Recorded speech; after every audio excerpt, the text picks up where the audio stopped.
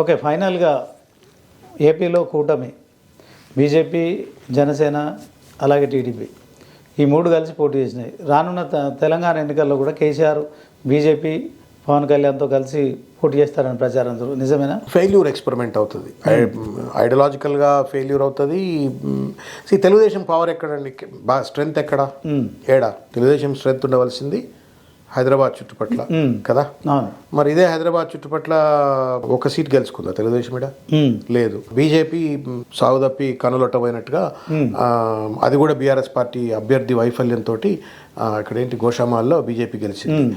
కాబట్టి మీరు ఎంత చేసినా కానీ ఏ పెట్టుకున్నా కానీ వాళ్లకు అదొక ఫిటైల్ అటెంప్ట్ అవుతుంది. బీఆర్ఎస్ సింగిల్ గానే ఉంటుంది అంటారా? బీఆర్ఎస్ సింగిల్ గా పోటీ చేస్తుంది. బీఆర్ఎస్ ప్రజల మద్దతుతో మేము నరేంద్ర మోడీకి ధీటుగా నిలబడి కొట్టాలి. మీకు లోపాయికార ఒప్పందం ఉంది, అందుకే కవితకు బెయిల్ వచ్చింది లిక్కర్ కేసులో అన్నాను. ఇప్పుడు లిక్కర్ కే ఎన్ని రోజులు పెడతారు జైల్లో? ఎన్ని రోజులు పెడతారండి? అట్లా కాదండి. కవిత గారికి బెయిల్ వస్తే లోపాయకార ఒప్పందం. రాహుల్ గాంధీని ఎందుకు అరెస్ట్ చేస్తలేరు? మరి నేషనల్ హెరాల్డ్ కేసులో సోనియా గాంధీ గారు, రాహుల్ గాంధీ గారు ఎందుకు అరెస్ట్ కాలేదు? మరి వాళ్ళని అరెస్ట్ కాకపోతే మోడీ గారితో లోపాయకార ఒప్పందం ఉన్నట్ట? దే లా ప్రభుత్వాన్ని ఇట్లా మాట్లాడితే యువర్ కంటెంప్ట్ ద కోర్ట్ అండి. రేవంత్ రెడ్డిని మొట్టకాయలు పట్ట కొట్టింది గవాయ్ కోర్టు, సుప్రీంకోర్టు. ఇంకా కూడా మీరు ఇట్లే ప్రశ్నలు వేసి రేవంత్ రెడ్డిని ఇంకా అడిగేటట్టుగా ఇటువంటి బేకార్ మాటలు మాట్లాడేటట్టుగా ప్రాంప్ట్ చేసినట్టు అవుతుంది. A bail is given by the court and based on the constitutional or rule of law ఉన్నటువంటి ఒక ప్రాతిపదిక మీద ఇస్తారు. బెయిల్ అనేటువంటి ఫండమెంటల్ రైట్. ఓకే, మర్డర్లు చేసి వచ్చినోడు బెయిల్ తీసుకొని బయటకుంటే, ఒక దొంగ కేసులో బెయిల్ వస్తే లోపాయకార ఒప్పందం అంటే ఎట్లా? మరి రాహుల్ గాంధీ గారికి ఎందుకు బెయిల్ మీద ఉంటాడు మరి బయట? ఆయన ఎందుకు జైల్లోకి పోడు?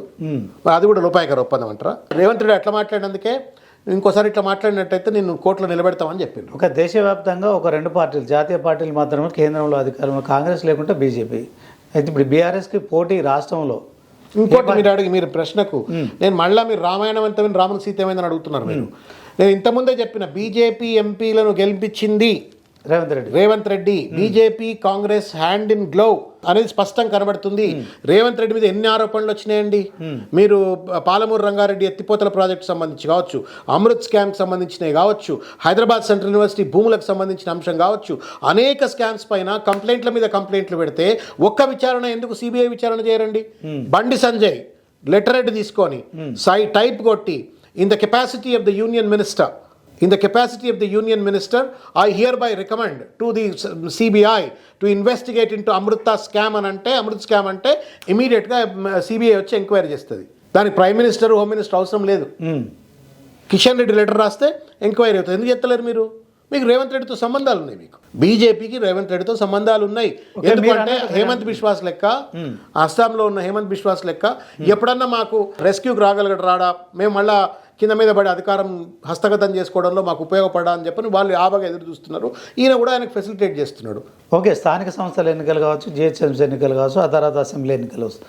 సో బీఆర్ఎస్ పార్టీకి పోటీ ఎవరు అనుకుంటున్నారు? బీఆర్ఎస్ పార్టీకి బీజేపీ పోటీలో పెద్దగా ఉంటుందని నేను, కాంగ్రెస్ ఆల్రెడీ దెబ్బతినిపోయిందండి. ఇప్పుడు వాళ్ళు ఎక్కడ గెలవరు, ఏ లోకల్ బాడీలో గెలవరు. ప్రజలు ఎప్పుడు మోకా దొరికితే అప్పుడు ఒక కర్రు కాల్చి వాత పెట్టాలని చెప్పని అనుకుంటున్నారు. ఇవాళ మొత్తం ఆర్థికంగా దివాలా తీసిపోయారు. నిన్నెవరో ఫ్రెండ్ కలిసిండ్రు, పెద్ద ఆయన.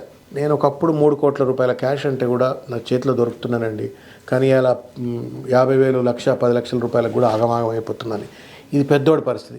కిందోడు ఇంట్లో జ్వరం వస్తానో, కడుపు నొస్తానో, కాలు నొస్తానో, లేకపోతే చిన్న పెళ్లిళ్ళు చేయాలంటేనో కూడా పేదోళ్ళు ఇబ్బంది పడుతున్న పరిస్థితి. పైసలు లేవు, మొత్తం ఎకానమీని క్రాష్ చేసి పడేసింది. కాబట్టి రేవంత్ రెడ్డికి కర్రుగాల్చి, ఆ ప్రభుత్వానికి కర్రుగాల్చి వాత పెట్టడానికి ప్రజలు సిద్ధంగా ఉన్నారు. బీజేపీ వాళ్ళు ఇక్కడిక్కడ హైదరాబాద్ చుట్టుపట్ల కొంత లంగ్ పవర్ను వాడేటట్టుగానే ఉన్నారు తప్ప పూర్తిగా ప్రజల్లోకి పెనట్రేట్ అయిపోయి గ్రామంలో వాళ్లకు ప్రాబల్యం లేదు. అన్ని ప్రజల గుండెల్లో ఉన్నటువంటి ఒక ఏకైక బలమైన నాయకుడు కేసీఆర్ గారు. ప్రతి పల్లెలో జెండా దిమ్మ ఉన్నటువంటి పార్టీ బీఆర్ఎస్ పార్టీ. కార్యకర్తలు, నాయకులు ఉన్న పార్టీ. మేము కొంచెం చిన్న మార్పులు చేసుకోవాలి. మాకు ఎంత పెద్ద బలమైన నాయకుడు, ప్రతి జిల్లాలో పెద్ద పార్టీ ఆఫీసులు, ప్రతి మండలంలో పార్టీ ఆఫీసులు, క్యాడర్ ఉన్నది.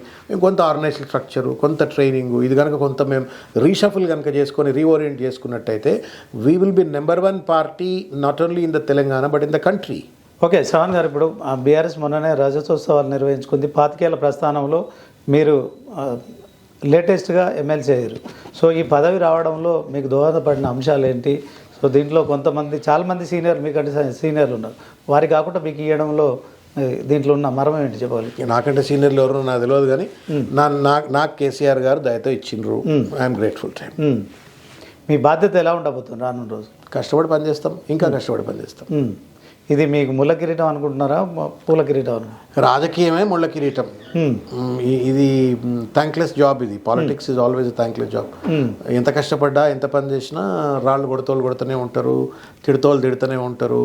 అసూయ పునాదుల మీద పుట్టినటువంటి ఒక వ్యవస్థ ఇది. మీ త్యాగాలకు తగిన ఫలం అయితే లభించింది అనుకుంటున్నారు? ఐ డోంట్ నో అన్న. మనకంటే గొప్ప గొప్ప త్యాగాలు చేసి ప్రాణాలు కోల్పోయినటువంటి ఒక స్వాతంత్ర పోరాట యోధులు లేరా? ఈ మధ్య కాలంలో అయితే. కాకపోతే నేను అంటే most people whether they realise or they don't realise, I don't care, because it is my choice.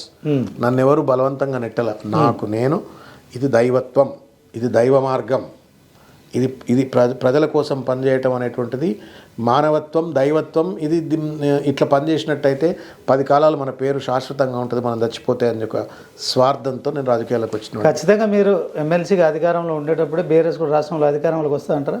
Guarantee వస్తుంది.